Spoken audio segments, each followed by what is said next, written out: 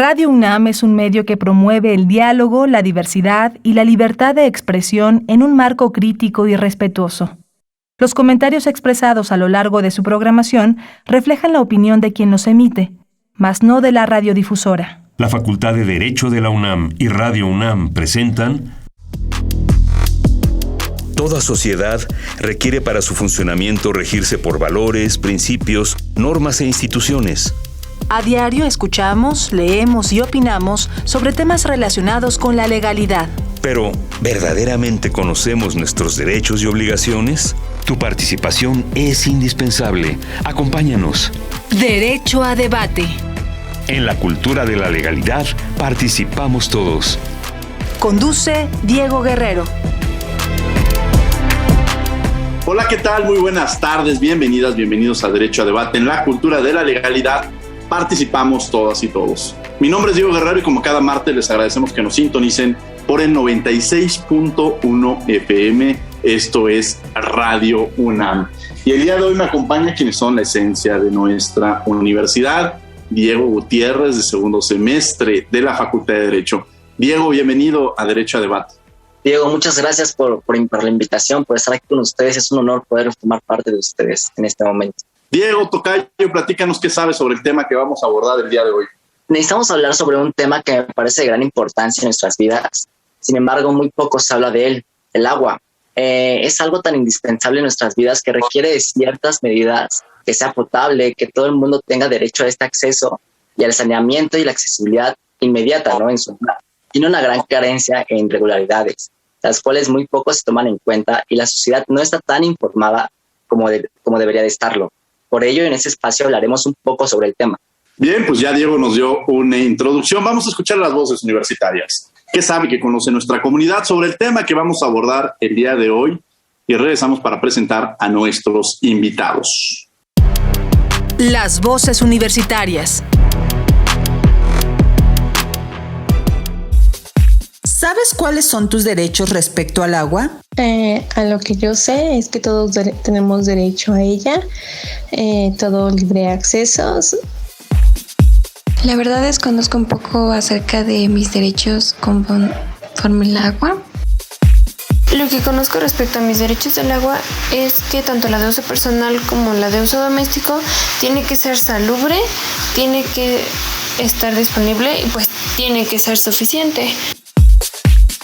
Pues no sé precisamente cuáles son los derechos respecto al agua, pero yo creo que contemplan cosas como el saneamiento, que sea potable y que sea suficiente. Síguenos en Instagram, Facebook y Twitter como Derecho a Debate. Bien, estas fueron las voces universitarias, lo que conoce nuestra comunidad sobre el tema de gran relevancia. No se pueden mover en este momento, tienen que dejar prendidos sus radios si no están escuchando, porque la verdad es que el tema nos involucra a todas y a todos. Los invitamos también a que nos sigan en las redes sociales. Estamos en Facebook y Twitter como Derecho a Debate. Y bueno, que nos acompañen. ¿Quiénes son nuestros invitados, querido Diego Gutiérrez? ¿Quién nos acompaña en el día de hoy? Claro que sí, Diego. Hoy nos honra la presencia de la doctora Claudia Elvira Romero Herrera, directora de Estudios Legales y Espacio Creativo Bajo Tierra. Muchas gracias, doctora, por acompañarnos el día de hoy. Claudia, bienvenida a Derecho a Debate. Un gusto tenerte el día de hoy con este tema tan relevante. Muchas gracias por la invitación. Hola, ¿qué tal? ¿Y quién es nuestro otro invitado, querido Diego? De igual manera, tenemos la gran presencia del maestro Federico Arce Navarro, director de la Agencia de Implementación para el Desarrollo. Querido amigo Federico Arce Navarro, a quien yo además quiero reconocer, yo sí puedo presumir en mi currículum que fue mi maestro, de los mejores maestros que hay en la Facultad de Derecho. Sí lo quiero dejar plasmado en este programa, porque tiene esta posibilidad, además de una amplia experiencia en la materia, siempre se ha involucrado, incluso estudiado por otras partes que ya nos platicará él. Federico, bienvenido aquí a tu casa de Derecho a Debate. Muchas gracias, Diego, y sabes que el aprecio es recíproco. Ya son muchos años de seguir juntos en estas andanzas académicas. Entonces, muy agradecido de estar contigo y con ustedes. Al contrario, bueno, la primera pregunta, la importancia del agua en la actualidad. ¿Por qué es importante hablar del agua, Claudia? Justamente hablar de la importancia del agua, ¿por qué es importante mencionarla? Y antes se hablaba, o sea, hay temas en derechos humanos que dicen estos son de prioridad, pero realmente uno de los temas que tiene mayor prioridad y que tendría que ser de mayor prioridad en la agenda política de todo país es el agua. ¿Por qué es importante hablar del agua, Claudia? Bueno, el agua es importante porque prácticamente, o sea, se va a escuchar muy trillado, pero no hay nada sin agua, empezando por la vida, pero muchas otras cuestiones que usualmente nos solemos asociar con el agua están vinculadas al agua. El gran tema, ¿no?, de la década de los 2030 y de la acción y demás es este monstruo gigante que conocemos como cambio climático, pero cuando lo vemos de cerca eso no se refleja en otro lado más que en los ciclos del agua, ¿no? O particularmente pues en los ciclos del agua. Es en realidad una crisis del agua que va agudizando sus consecuencias en fenómenos como la sequía, la inundación, los huracanes, ¿no? Todo lo climatológico, porque pues uno de los agentes reguladores del clima es el agua, ¿no? También de los ecosistemas, ahora que está como muy en boga esta cuestión acaba de pasar la temporada de incendios, viene la temporada de los reforestadas, todo el mundo quiere pintar el planeta de verde porque se nos están acabando los pulmones y las arterias y las venas y todo en realidad el entramado ecosistémico está articulado por el agua. Si nos vamos a la parte productiva, hay muy pocos procesos productivos que no dependan del agua en mayor o menor medida, ¿no? Producir la ropa, la carne, cualquier otro alimento, la energía, ¿no? Pasa por manejo del agua. Y en la cotidianidad, que es como, yo lo pongo al último porque suele ser nuestro referente inmediato. Casi siempre hablamos de agua y pensamos grifo, vaso, consumo humano, ¿no? Esa es como la imagen, la caricatura que tenemos. Entonces siempre lo pongo al final, pero pues es también elemental, ¿no? De todas las actividades de la vida cotidiana, de higiene doméstico, de nuestra propia higiene corporal, para simplemente la vitalidad, para existir, nuestras lágrimas, ojos, todos son agua, ¿no? Y inmediatamente cuando no nos hidratamos tenemos enfermedad o cuadros. Entonces, ¿por qué es importante el agua? Bueno, es que no se puede no hablar del agua. Lo raro es que no estemos hablando del agua, ¿no? O hasta ahora hablemos del agua. Yo recuerdo cuando era estudiante de la Facultad de Derecho, tomaba una materia que se llama Derecho Ecológico, que me dio el maestro Federico Arce, y de pronto hubo como una inercia en la cual incluso desapareció la materia, más bien se volvió optativa, ni siquiera fue una materia obligatoria. Es decir, esto reflejaba que la importancia y la prioridad en los temas ambientales era de los últimos que había quizá prioritarios en los futuros abogados, quizás se enfocan a derecho civil, derecho penal. Pero en los últimos meses me parece que se ha enfatizado la importancia del agua, ¿no, Federico? ¿Por qué crees que también esté sucediendo esto? Y si algún día esto que pensábamos nunca va a pasar, que el agua es infinita, nunca se va a terminar, pero me parece que ahorita estamos abriendo los ojos para detectar que todo tiene un tiempo, ¿no? Y que efectivamente. Federico Arce. Mira, Diego, la verdad es que hablar de la crisis del agua en este país es un tema que tiene por lo menos 50 años. Es más, todavía podría irme más atrás, ¿no? Y Miguel Ángel de Quevedo, nuestra bendita estación universitaria, ¿no? Él fue en realidad el primer provocador en la época de don Porfirio en tratar de mantener los ciclos hidrológicos completos. Entonces, una idea de gestión del agua que incluso hoy no hemos podido mantener. La visión de Miguel Ángel de Quevedo era: mantengamos los bosques, tenemos una capacidad forestal maravillosa, y si mantenemos bosques vamos a mantener agua.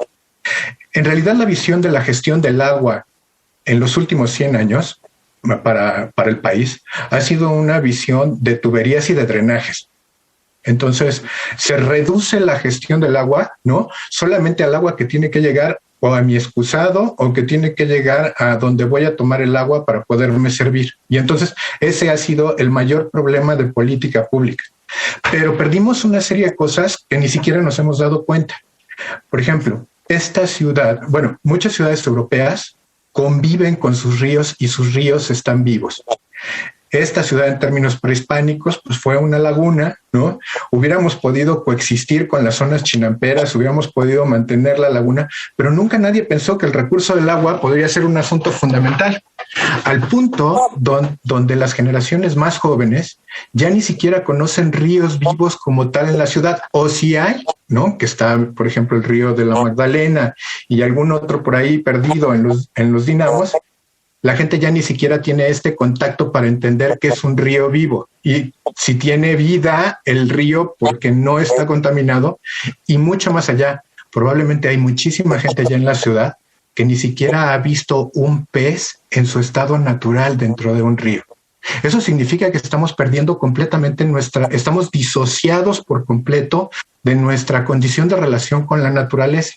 Pero también lo más delicado del asunto es que no estamos pensando en la calidad del recurso y la cantidad del recurso que necesitamos para el futuro. Y esto es un asunto delicado. La crisis que estamos, por la que seguramente nos invitaron en este momento, es por el tema del racionamiento del Cutzamala. Pero en realidad el tema del racionamiento del Cutzamala para la Ciudad de México es la colita de un gran monstruo gigantesco que es el problema de abastecimiento de agua en el país, ¿no? Digo, traerla a la Ciudad de México es un desafío porque tiene que subir bombeada a 1000 metros. O sea, yo no sé cuánto tenga tu bomba de tu casa para poder subir el agua, pero supongo que son no más allá de 3, 4 metros. Ponle 5, ¿no? En el mejor de los casos. Bueno, imagina que tenemos que traer agua desde Michoacán y desde el Estado de México para que tenga que recorrer casi 350, 400 kilómetros, bombeada, o sea, la cantidad de energía que tenemos que consumir para que además pueda llegar a la Ciudad de México. Bueno, hoy lo que está pasando es, como decía la doctora, pues estamos empezando a tener variaciones en el clima importantes y eso hace que la cantidad de agua que está llegando a las presas pues sea menor. Y eso significa estadios o tiempos de estiaje mucho más largos y eso hace que no haya la cantidad de agua que necesitamos disponer para la ciudad, para la demanda que tiene la ciudad. Probablemente, digamos, a como fue la arquitectura de las tuberías en esta ciudad, la gente que vive hacia Santa Fe, la gente que vive hacia el poniente de la ciudad, pues el bombeo le va maravilloso, pero la gente que está en Iztapalapa, pues ya lo único que recibe es lodo. Entonces, se calcula que por lo menos en la Ciudad de México, 2/3 partes de la ciudad ya tienen estadios críticos en términos de abastecimiento de agua. Y esto es un tema muy relevante. La verdad es que sí, nos lleva a preocuparnos, pero también ocuparnos como sociedad. Y creo que eso es lo más importante. La segunda, Diego Gutiérrez nos acompaña el día de hoy en la conducción. Adelante, Diego, los micrófonos son tuyos. No, en verdad es que creo que es un tema muy importante. Hoy en día en la ciudad hay muchos desinformación en la sociedad. El agua es indispensable para el día a día y todos esos problemas que han surgido con el paso del tiempo creo que nos han llevado a pensar, ¿no? Incluso que ese pensamiento que se tenía anteriormente de que el agua era infinita puede llegar a ser finita, ¿no? Incluso no estamos tan lejos de ello. Pero cómo, o sea, aquí entra algún punto muy importante que es el derecho humano al agua, ¿no? Doctora, me gustaría que nos platicara un poquito sobre en qué consiste este derecho. Claro que sí.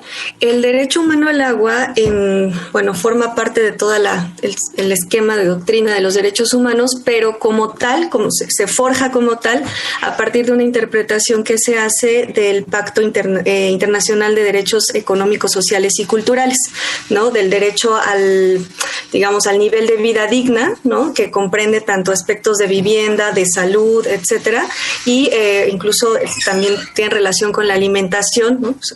Otros derechos interrelacionados, ¿no? Interdependientes, como se le llama, del derecho al agua. Y a partir de esta interpretación que hace, se afianza a partir de una observación general, que es la observación general número 15, todo un entramado de entender que al agua como un derecho, ¿no?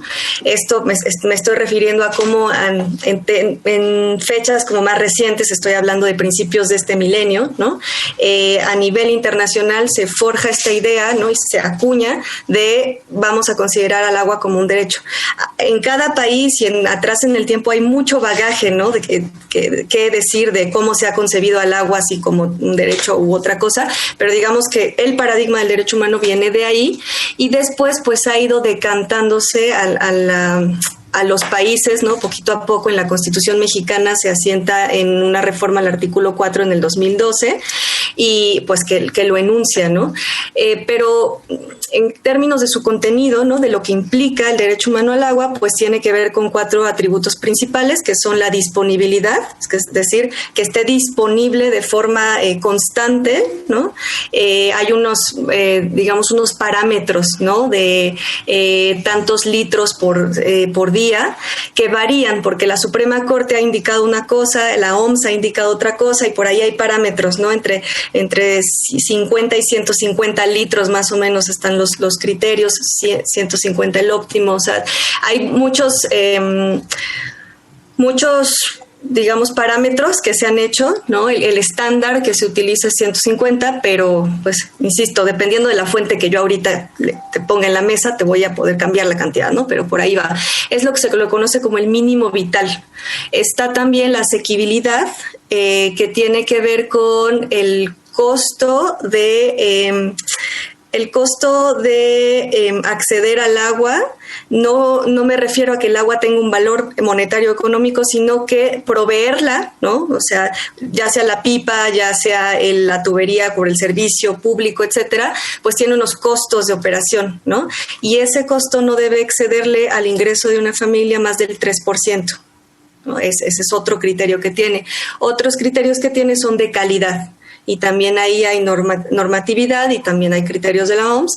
Y el otro, dije accesibilidad, es asequibilidad, es el del costo, accesibilidad es el de la distancia, digamos, física. Ahí lo que se calcula es no más de 30 minutos o 1 kilómetro de desplazamiento, ¿no? Son los criterios, los criterios se van discutiendo y actualizando, pero digamos, es por ponerle unos estándares a lo que se le conoce como atributos o características, ¿no? Del derecho humano. Y bueno, ya más ampliado, implica, en términos, quizá lo veremos más adelante en la charla, implica otras características como son la transparencia, la no discriminación, el acceso a la información, la no discriminación, la participación, ¿no? Que no son propiamente los atributos del derecho en esta como catálogo de requisitos, pero que sí son condiciones, ¿no? Son como principios transversales que tienen que estar ahí también cuando hablas del derecho humano al agua. Son una lista muy amplia. Uh-huh. Adelante, Diego. No, sí, claro, es que la verdad me parece muy, muy agradable, ¿no? Y algo de muchísima importancia, ya que muchas personas o en la sociedad se tiene pues el pensamiento de que, ok, tenemos el derecho humano al agua, tenemos agua por bondis, ¿no? Cuando nos llegue, pues limpia, sucia, un día a la semana, 2 veces a la semana, pensamos que en eso se basa solamente el derecho humano al agua. Y creo que no va muchísimo más allá, como lo podemos estar viendo ahorita. Y obviamente más adelante lo tocaremos más a fondo. Pero exactamente, se hizo la reforma en 2012, este artículo 4, y se empieza a hablar un poco sobre la ley de aguas. Y una pregunta que le tengo al profesor Federico es, ¿la ley de aguas ampara este derecho humano al agua? Sí, en términos generales, porque la ley como está en este momento tiene que ver con estos atributos que acaban de mencionar. Sin embargo, la ley fue manufacturada antes de que se generara la garantía. Y aunque ha habido algunas reformas, algunos ajustes, estos ajustes tienen que ver más bien con los temas de pago de los derechos que tienen que ver sobre el acceso de agua, tienen que ver con el tema de la extracción del agua, la gente que puede accesar a ella a través de pozos superficiales, tiene que ver con cosas menores. Pero hay un punto que es esencial en este asunto. Podemos tener la garantía, pero si no tenemos agua, no importa la garantía. O sea, hay una distancia entre la aplicación del derecho y fácticamente qué es lo que tenemos como problema. Y el problema de la mayor parte de nuestras garantías, sobre todo las programáticas tercera, cuarta, quinta generación, es que estamos fragmentando cada vez más los derechos y nos estamos saliendo cada vez más de la realidad fáctica que tenemos. Y la realidad fáctica es que estamos entrando en niveles de estrés hídrico cada vez más graves. Entonces, aunque la Corte diga que el requerimiento de agua es de tal volumen, si no hay esa agua, no puedo cumplir con esa garantía. Entonces, la preocupación del Estado digamos, en términos esenciales, ha sido cómo le hago administrar el agua. Pero ¿qué pasa con un estado que ya no tiene agua para administrar? O que los costos de administración rebasan lo que los ciudadanos podrían estar dispuestos a pagar por esos servicios. Entonces, ahí lo que estamos encontrando es que ya tenemos otro tipo de paradojas que está tratando de enfrentar el Estado de diferentes maneras. Interesante esta parte y esta reflexión en torno a pues que no se nos puede garantizar algo que no existe, ¿no? O sea, podríamos decir, sí, todos tienen derecho al agua, pero esta agua que va desapareciendo poco a poco y que la vamos perdiendo, pues no, nadie está obligado a lo imposible, ¿no, Federico? Qué interesante. No, bueno, y hace años, quizá cuando pues hace una buena cantidad de años, la verdad es que Diego es muy joven, entonces fueron hace como 3 años que le di clases, hablábamos como de, por cada vaso de agua ha sido tomado alrededor de 5 o 6 veces para el año 2000 más o menos, para que se den una idea. Hoy hablamos de que cada vaso de agua ha sido tomado alrededor de 17 veces. Me van a decir, bueno, ¿qué cochinada? Bueno, en realidad no es cochinada. El problema es que filtramos, reabastecemos, se vuelve a cargar, vuelve a dar el ciclo. El tema es que este ciclo tampoco es infinito. Mientras nosotros vamos agotando las áreas forestales, la cantidad de agua que tenemos en disponibilidad respecto del agua que tenemos contaminada, va haciendo que esa cantidad de agua potable consumible se vaya haciendo cada vez menor. Y tenemos un segundo problema del que no hemos hablado, que es el tema de la privatización del agua. Uh-huh.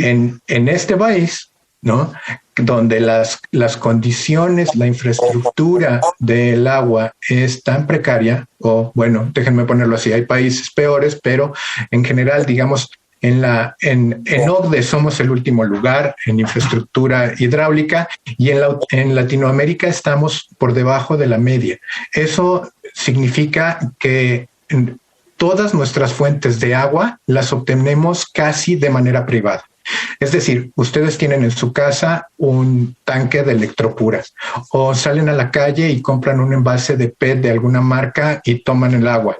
O, bueno, ahora ya alguna empresa lo que te está vendiendo es el sistema, bueno, no te lo está vendiendo, te lo renta, de ósmosis inversa, porque está la contaminación del agua que ya no lo puedes filtrar con los filtros tradicionales que teníamos en casa. Entonces ahora ya necesitas filtros mucho más tecnológicamente avanzados para garantizar este tema de calidad. Entonces, no abusados, no solamente estamos hablando de cantidad, ¿no? Cantidad de agua disponible es baja, ¿no? Calidad de agua es realmente muy pobre, pero además nosotros, con nosotros país, estamos pagando un sobreprecio privado, porque la mayor parte del agua que consumimos como potable es un agua que nos está costando mucho más caro. Pues ya se van a preocupar mis padres con sus filtros de piedras que tienen para... Sí, por supuesto. Sí, por supuesto.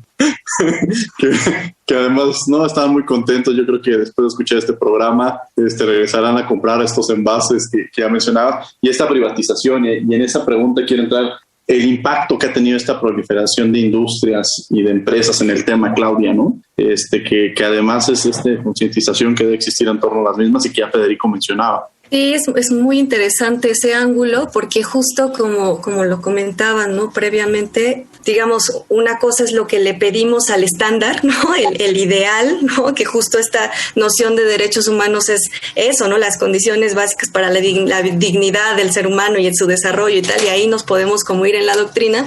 Y otra cosa son las condiciones fácticas, ¿no?, como le llamamos en los estudios políticos, los factores reales de poder, ¿no? Y aquí en el tema del agua, pues una realidad que no es de ayer, ni de 3 décadas, ni de 5, aunque cada vez va mutando en diferentes modalidades, es el tema del acaparamiento del agua, ¿no? Y eso es algo fáctico, que sí la ley a veces pone ciertos contrapesos, ¿no?, las estructuras del Estado, pero finalmente es algo, acá en Querétaro, en lo que me tocó estudiar de la gestión del agua desde la fundación hasta ahora, es impresionante cómo el acaparamiento es una constante histórica de siglos, ¿no? Y solamente va cambiando el actor, la modalidad, ¿no? Pero hay muchos paralelismos. Y es el caso actualmente, pues, de algunos agentes, ¿no? Económicos, específicamente de algunos sectores no industriales que, pues, se llevan, ¿no? De largo las cantidades de agua, y esos, pues, son fuertes dilemas, ¿no? El escenario de conflictividad hídrica en México en particular tiene una tendencia, digamos, si yo lo pusiera en una gráfica, ¿no? En aumento. Y bueno, yo lo veo reflejado acá en micro en Querétaro, ¿no? En las últimas 2 décadas se dispararon muchísimo los conflictos por el agua. Y bueno, esta tiende a estar alcanzando ciertos límites, ciertos umbrales, y no descender el tema del acaparamiento, que eso en realidad es una constante, ¿no? Entonces, en algún punto va a haber o está habiendo, ¿no? Ya un quiebre en donde, por eso actualmente esta gran disputa, ¿no? Que no han soltado los grupos, tanto las grandes movilizaciones sociales en el país como los grandes cúpulas, ¿no? De acaparadores de agua, en donde no se ha podido definir el destino de la nueva regulación, no obstante que el derecho ya está en la Constitución, pero sabemos quienes estudiamos el derecho que si no se operativiza en una ley secundaria y sus derivadas una doctrina, pues es para litigar, ¿no? En corte, pero no es muy difícil que se materialice, ¿no? Entonces, esa disputa está ahí justamente porque hay muchas dinámicas de acaparamiento que están vigentes. Los actores más señalados, entre los sectores más señalados están, pues, de las producciones, ¿no? Agroindustriales o alimentarias, de la industria alimentaria, particularmente refrescos, cerveza, y hay algunos actores. Y también, bueno, es el caso de Querétaro, pero hay un montón de casos, el sector inmobiliario, que también es un sector que justo en esta cuestión del agua como insumo productivo, no solamente toma el agua para abastecer las casas, sino que al estar urbanizando va teniendo otros impactos en el ciclo del agua que son mucho menos visibles, pero que también están alterando, ¿no? Toda la cadena de la reserva y demás, ¿no? De los equilibrios ecológicos que se necesita para tener el agua. Y esa es otra realidad que está rebasando, ¿no? Al marco legal, institucional y al ideal, ¿no? De lo que debería ser. Diego Gutiérrez, que nos acompaña el día de hoy en la conducción, estás en Derecho a Debate. Esto es 96.1 FM. Desde luego estás en Radio UNAM y el día de hoy estamos hablando sobre el agua y su importancia para la vida. Adelante, Diego Gutiérrez, estudiante de segundo semestre. Muchas gracias, Diego. Retomando el tema que las leyes del agua pueden decir, ¿saben qué? Por persona les otorgan tal volumen. Y ok, o sea, sí, pero ¿y si no hay agua, de dónde pasa, no? Mi pregunta es que si realmente este derecho es sostenible, de tal manera que mi generación y generaciones futuras, no sé, mis hijos, los hijos de mis hijos, puedan tener este derecho realmente, el derecho humano al agua, tengan acceso a él. Y si no, ¿qué pasa, no? O sea, si en esta generación estamos sufriendo muchísimo por este derecho, no contamos con el derecho, no hay agua, no, el agua pues tiene muchas carencias. ¿Qué pasará con generaciones futuras? ¿Realmente se sostendrá este derecho? Federico Arce. Hoy no somos sustentables, o sea, definitivamente, ¿no? Tristemente tendríamos que aceptar que somos un país que ha tenido en mayor cantidad de años políticas públicas relacionadas con los temas de aguas y bosques. Incluso, puede ser un presidente más querido o menos querido, pero ya en el año 2000, o sea, hace 20 años, ¿no? Vicente Fox hablaba de recursos naturales de seguridad nacional. Es decir, los bosques y el agua necesitan un tratamiento estratégico para poder mantener la sustentabilidad del país. Sí, déjenme lo transformo un poco en el planteamiento como más actual de economía verde de Naciones Unidas.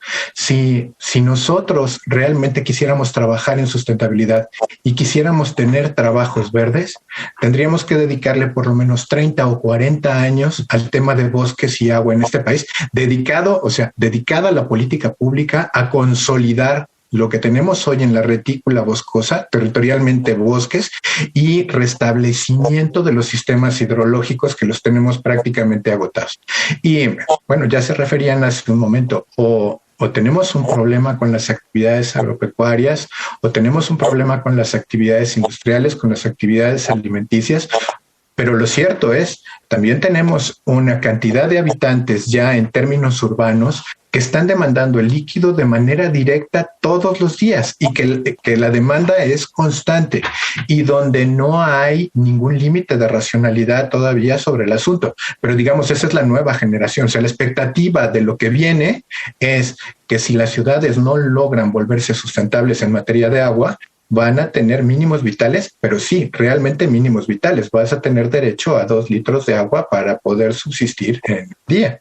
Y esto también es una condición extremadamente crítica porque los siguientes movimientos masivos de personas en términos climáticos está previsto, o sea, Naciones Unidas ya tiene un grupo de trabajo dedicado sobre las grandes diásporas, los grandes movimientos de gente que van a ser básicamente críticos por los temas de agua.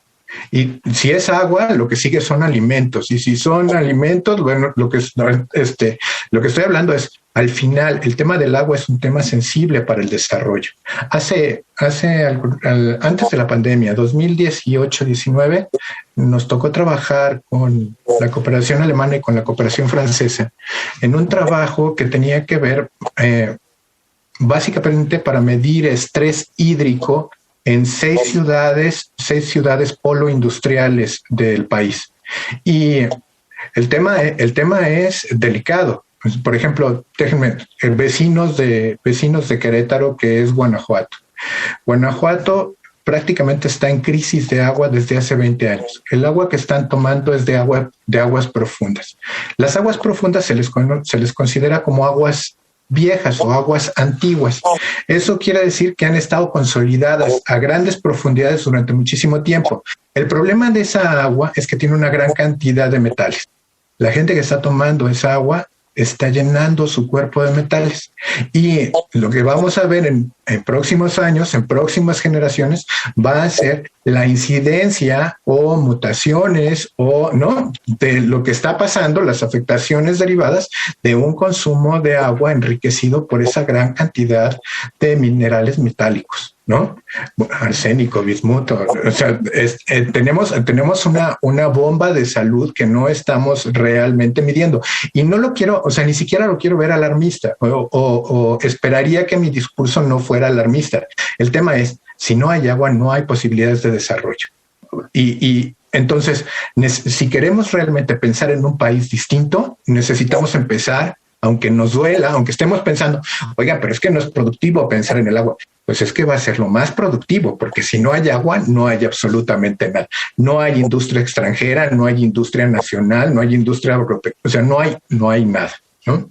Híjole, la verdad es que sí nos pones para más bien levantar las preocupaciones y ocupaciones que decía anteriormente, sobre todo en un tema, y yo cuando hablo de derechos humanos, pues hay temas que son exclusivos locales, ¿no? O sea, si hay un problema de desaparición forzada en México, se tiene que atender en México. Si hay un tema de inseguridad, pues lo tendrá que atender en México. Pero el tema ambiental es mundial. O sea, si nosotros no cuidamos el agua, los vecinos no están cuidando el agua, se vuelve esta cadenita en la cual al final se empieza a secar todo, y creo que esa es la gran preocupación, no solamente a nivel local, sino a nivel internacional. Y ahí va mi pregunta, Claudia, precisamente en torno a eso.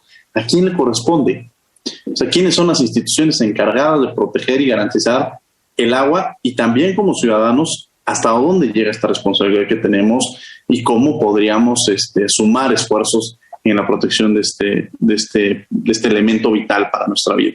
Pues hablando de a quién le corresponde, fíjate que una de las cosas que sí o sí tenemos que forjar, si no es recuperar, es una visión territorial del agua, ¿no? O sea, el agua la seguimos manejando como si respetara demarcaciones administrativas, ¿no? Político-administrativas. O sea, se quiere sanear el río Querétaro, que cruza 5 municipios, pero hay voluntad y presupuesto en el Marqués y no en Corregidora, y o sea, ¿no? Como si realmente la naturaleza atendiera a esas divisiones, ¿no? O por sector, ¿no? El agua para lo urbano, el agua para la agricultura, el agua para, ¿no? Y ahí tienes como toda la lógica, como si fueran.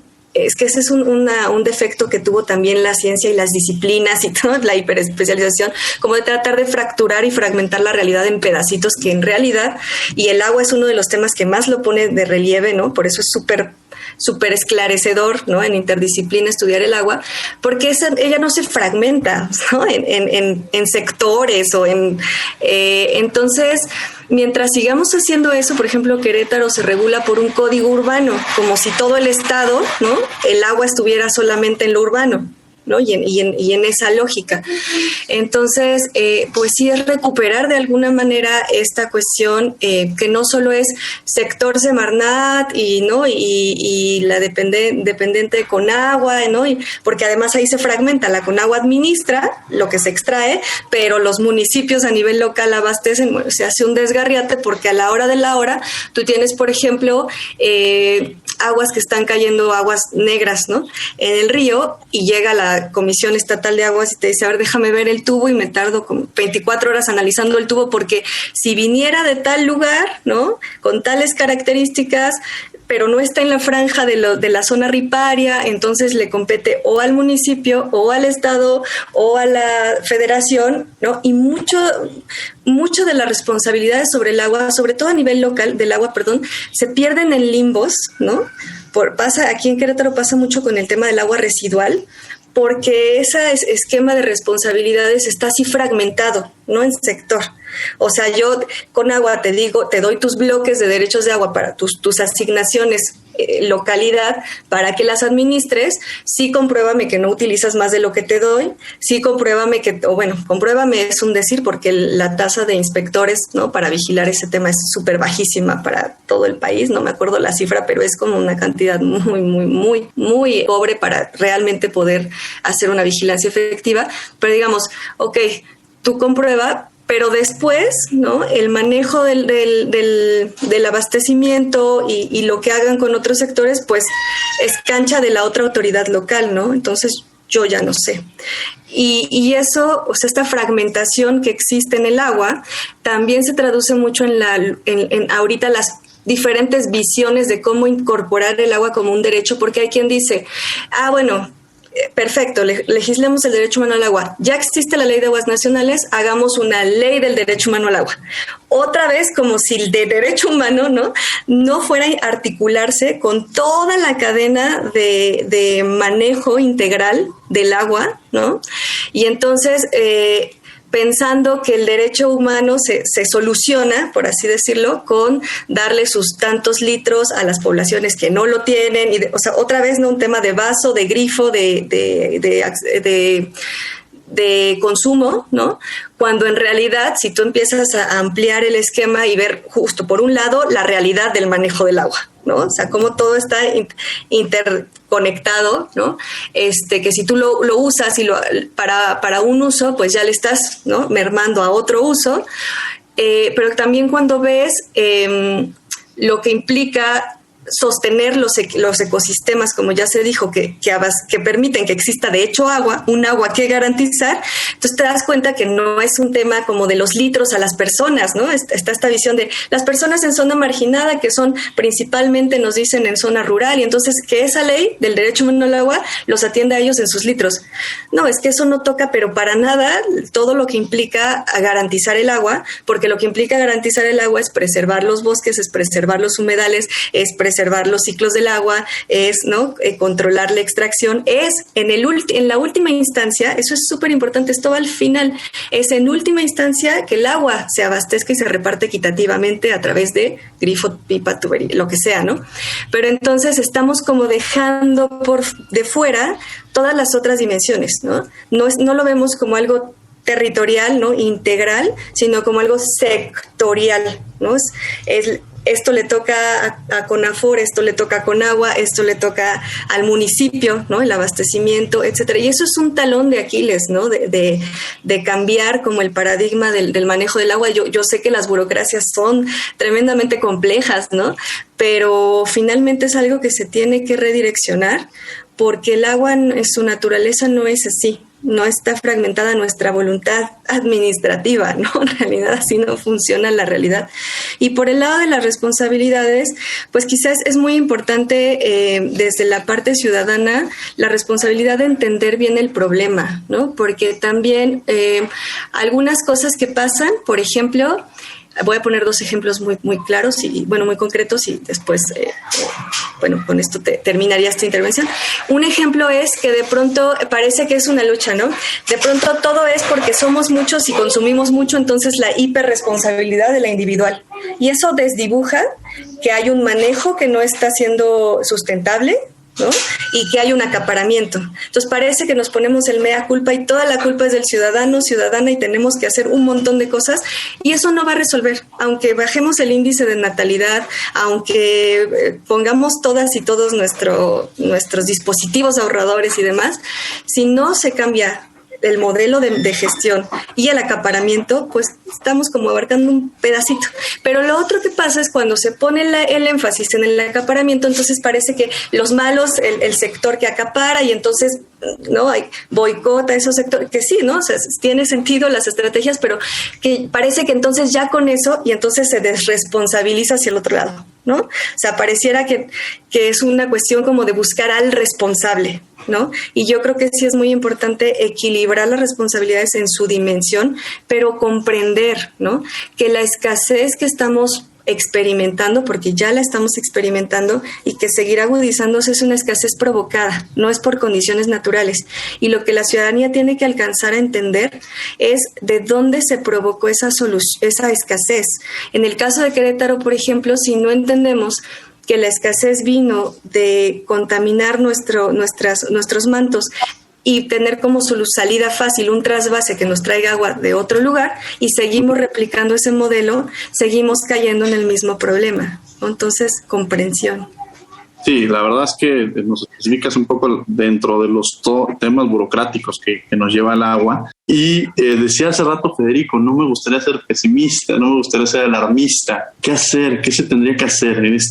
Federico va a decir, bueno, yo no tengo la varita mágica para solucionar estos problemas y si la tuviera no estaría ahorita hablando contigo en el programa, sino quizá estaría utilizándola. Pero ¿qué hacer? ¿Cuál es esta parte de esta voz de a la sociedad, quienes nos están escuchando? ¿Qué tendríamos que hacer? Y sobre todo también esa responsabilidad de los gobiernos, ¿no? Mira, hay cosas interesantes. O sea, una cosa es el fracaso de la política o el fracaso de la gestión o el fracaso del sistema de administración de agua actual, ¿no? Otra idea es el planteamiento técnico, el planteamiento científico de tratar de entender la complejidad de las cuencas hidrológicas en el país y los desafíos que implica la administración del agua en el sur del país, donde por cierto también tenemos mucha agua, pero está mal administrada, y los desafíos de no tener agua en el centro norte del país, donde también el desafío de administración es otro. En medio de eso, la necesidad y la crisis, la escasez, ha tratado de dar un montón de respuestas técnicas diferentes. Entonces, por ejemplo, cosas interesantes, tecnologías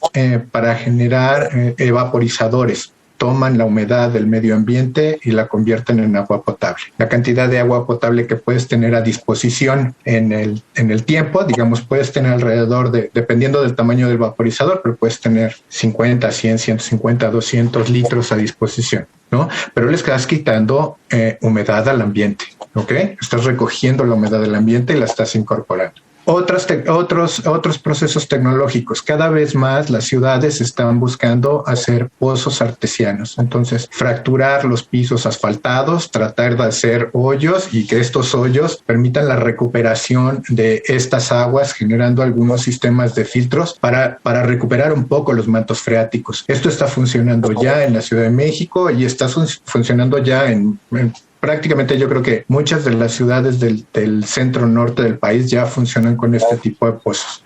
Otra, ¿no? Por ejemplo, la Ciudad de México ya tiene incluso un programa institucional que tiene que ver con recuperación de agua de lluvia. O sea, un poco lo que tú haces, ¿no? Pero ya en términos institucionales es provocar que las familias que por cierto les sale mucho más caro, es decir, el agua también afecta de manera sustancial el ingreso de las familias, porque las familias que menos agua tienen son las que tienen que pagar más por el recurso. Entonces, institucionalmente lo que se está haciendo es dotarlas de la infraestructura para que tengan la posibilidad de tener agua de lluvia captada, filtrada y que la puedan tener para recuperación. Todavía el sistema no es un sistema perfecto porque no sirve como agua potable, pero por lo menos ya los dota del agua que necesitan para la mayor cantidad de sus servicios. Pero también el asunto es, necesita haber un equilibrio entre lo privado y lo público. O sea, el hecho de que estemos diciendo aguas, perdón por la expresión, pero aguas porque se está privatizando el agua, y tenemos también este trabajo que están haciendo las comunidades y que está fortaleciendo también estructuras privadas pero comunitarias, ¿no? Como el Centro Norte de Puebla, donde están cuidando los bosques, manteniendo los manantiales que a su vez dotan de agua al Valle de Oaxaca, agua privada. ¿De acuerdo? Entonces, lo que necesitamos encontrar son los equilibrios adecuados para poder encontrar las diferentes alternativas para poder conservar agua de calidad y por seguir manteniendo el abasto durante el mayor tiempo posible. Interesante. Bueno, estamos en Derecho a Debate. Vamos a Descubriendo tus Derechos y regresamos a la última y nos vamos aquí en Radio UNAM 96.1 FM. Descubriendo tus derechos. Derecho a la educación. En México, toda persona tiene derecho a la educación. El Estado está obligado a impartir y garantizar la educación inicial, preescolar, primaria, secundaria, media superior y superior a toda la población. Sin embargo, datos de la encuesta intercensal del Instituto Nacional para la Evaluación de la Educación de 2015 arrojaron que poco menos de 4.8 millones de habitantes con edades entre 3 y 17 años no asistía a la escuela. Las tasas más altas de inasistencia van en menores de 3 a 5 años y de 15 a 17 años. A raíz de la pandemia que vivimos, la forma de acceder a la educación cambió. Según una encuesta de 2020 realizada por la Universidad Iberoamericana y la UNESCO, el 78% de las personas en nuestro país reportaron dificultades para continuar con la educación de niños y adolescentes en casa, ya sea por falta de computadora e internet y o por falta de apoyo por parte de las y los maestros. Hoy más que nunca, exijamos el derecho a recibir educación de calidad y entre todos, acompañemos a las infancias y juventudes en su camino académico, social y emocional. Escuchas Derecho a Debate. La última y nos vamos. Bien, estamos de regreso en Derecho a Debate. Estamos hablando sobre el agua y su importancia para la vida. Y bueno, estamos en la última y nos vamos. Y le dejaré el micrófono a Claudia. Claudia, adelante.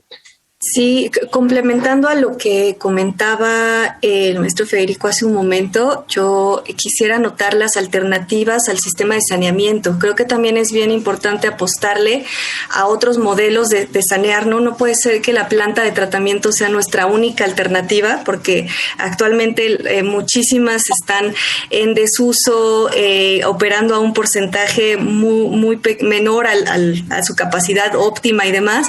Y creo que parte también de esta ruta que hemos elegido de tratar de seguir sosteniendo lo insostenible. O sea, ya se dijo hace rato, no es sostenible, ¿no? No es sostenible el estilo de vida de las ciudades, no es sostenible, eso ya va como más a nivel sociedad y producción y consumo, ¿no? El estilo de vida que tenemos no es sostenible, ¿no? Hacer nuestras necesidades fisiológicas en agua cuando se deberían degradar en tierra no es sostenible, es contra natura y es contraintuitivo incluso, ¿no?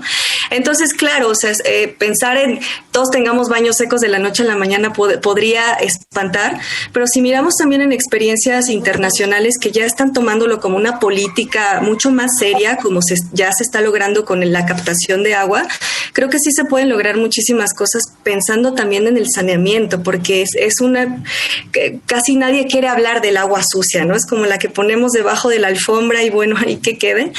Creo que es importante también pensar las tecnologías desde otros paradigmas. Yo creo que la tecnología es una súper aliada, pero hay que quitarla del paradigma que predominó, porque finalmente el inodoro fue una innovación, ¿no? O fue una aplicación tecnológica que no es, ¿no? Y el trasvase también tiene sus dilemas, ¿no? Fuertes. Esto de llevar agua de un lugar a otro y producir más en el norte donde es árido, ¿no? Y traer el agua del sur. O sea, finalmente también la tecnología no es una varita mágica lógica se tiene que también utilizar en armonía con la lógica de la naturaleza. Y por último, creo que en esta cuestión del reequilibrio, que estoy totalmente de acuerdo entre lo público y lo privado, creo que ahí también la participación ciudadana es bien importante fortalecerla, porque ahorita la mayor participación, o bueno, el paradigma más dominante de participación es como la participación de la IP, ¿no? O sea, es como de la iniciativa privada en cuanto a la infraestructura, ¿no? La concesión de obra, del servicio, etcétera. Y lo que genera en casos prácticos es que efectivamente lo que pasa acá es que cuando le queremos dar connotaciones de autoridad, una comisión de derechos humanos te dice es que yo no puedo entrar porque es un privado, es un contrato entre particulares, y el agente del Estado te dice pues yo le concesioné, pero es un contrato entre particulares, y Profeco dice pues no es un servicio, es que es un servicio público, ¿no? Se hacen unos limbos bien interesantes porque el manejo de el manejo privado de ciertas infraestructuras hace que de facto el agua se opere ante las instancias legales como si fuera propiedad privada.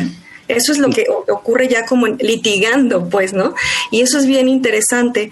Y también, pues, cuando de pronto hay estas cuestiones de acaparamiento y conflicto, muchas de las personas lo que quieren es la solución del Estado, ¿no? O sea, que me den el servicio, pero tampoco se quieren hacer cargo de sus propios sistemas comunitarios, ¿no? Perfecto. Gracias, Claudia. Federico Arce Navarro. Bueno, la verdad es que este es uno de los muchos temas donde vamos a necesitar una capacidad innovadora y creativa para el rediseño de nuestras ciudades y el rediseño de nuestras actividades en todo el país. Es cierto que el desafío es mayor, ¿no? Y quizá uno de los temas prioritarios tiene que ver con el asunto de revegetación. No necesariamente reforestación, pero sí revegetación. Tendríamos una capacidad forestal mucho mayor que incluso países como Noruega o Dinamarca. Y si nosotros solamente restableciéramos el flujo forestal, estaríamos ayudando en mucho al ciclo hidrológico. Pero en términos concretos, las ciudades hoy, y lo digo por la experiencia de otros países, las ciudades hoy pueden dotar de agua potable a todos sus ciudadanos, aún ciudades muy complejas como el caso de Shanghái. Prácticamente tienen grifos en la calle de agua potable donde la gente puede llenar su envase y se lo puede llevar a su casa y no tiene ningún problema. El tema es, necesitamos fuertemente un rediseño institucional que piense en la complejidad del tema y en los grandes cambios que necesitamos hacer todos como sociedad, todos, privados, públicos, ciudadanos, para poder enfrentar el tema que viene adelante. Porque si no, lo que vamos a empezar a observar van a ser cada vez más conflictos hídricos mucho más agudizados. Hoy ya vemos a gente que toma calles, que paraliza avenidas en algunas ciudades. No nos ha tocado ver conflictos como en otros países donde pues de plano ha habido víctimas fatales en el asunto, y ojalá que no los tengamos. Entonces, el tema del agua es un tema crítico y es un tema que realmente nos obliga a pensar de futuro. No de presente ya tenemos el problema. Tenemos que asumir las condiciones de presente y enfrentar el futuro. Perfecto. Bueno, pues la verdad es que nos daría para hacer muchos más programas. Diego, muchas gracias por haber estado con nosotros. Muchas gracias, Diego, por la invitación. En verdad, muchas gracias a tus invitados. Fue un gran honor estar con ustedes y espero que todos los que nos estén escuchando pues les deje ahí algo, ¿no? Un poco de información sobre ese tema que es muy amplio y de una importancia muy relevante en la sociedad. Sin lugar a dudas. Querido Federico, muchas gracias por haber estado con nosotros. Como siempre. Muchas gracias, Diego. Gracias, Claudia. Muchas gracias por haber estado con nosotros. Los invitamos a que todos los miércoles nos vean también en Cultura al Derecho, todos los miércoles a las 7:30 de la mañana y a las 5 de la tarde en el canal 22, el canal cultural de México. Estamos abordando diversos temas y desde luego agradecemos a la Facultad de Derecho y a Radio UNAM. Coordinación, Yanis Hernández y Fernanda Sánchez. Redacción y voz de las notas, Ana Salazar. Asistencia, Mari Carmen Granados, Elías Hurtado y Edgar Cabrera. Comunicación y difusión, Sebastián Cruz. Controles técnicos y producción, Paco Ángeles. No olviden que nos escuchamos de ley todos los martes. Esto fue Derecho a Debate. Por hoy concluye la discusión, pero no se pierdan el próximo tema en Derecho a Debate. En la cultura de la legalidad participamos todos.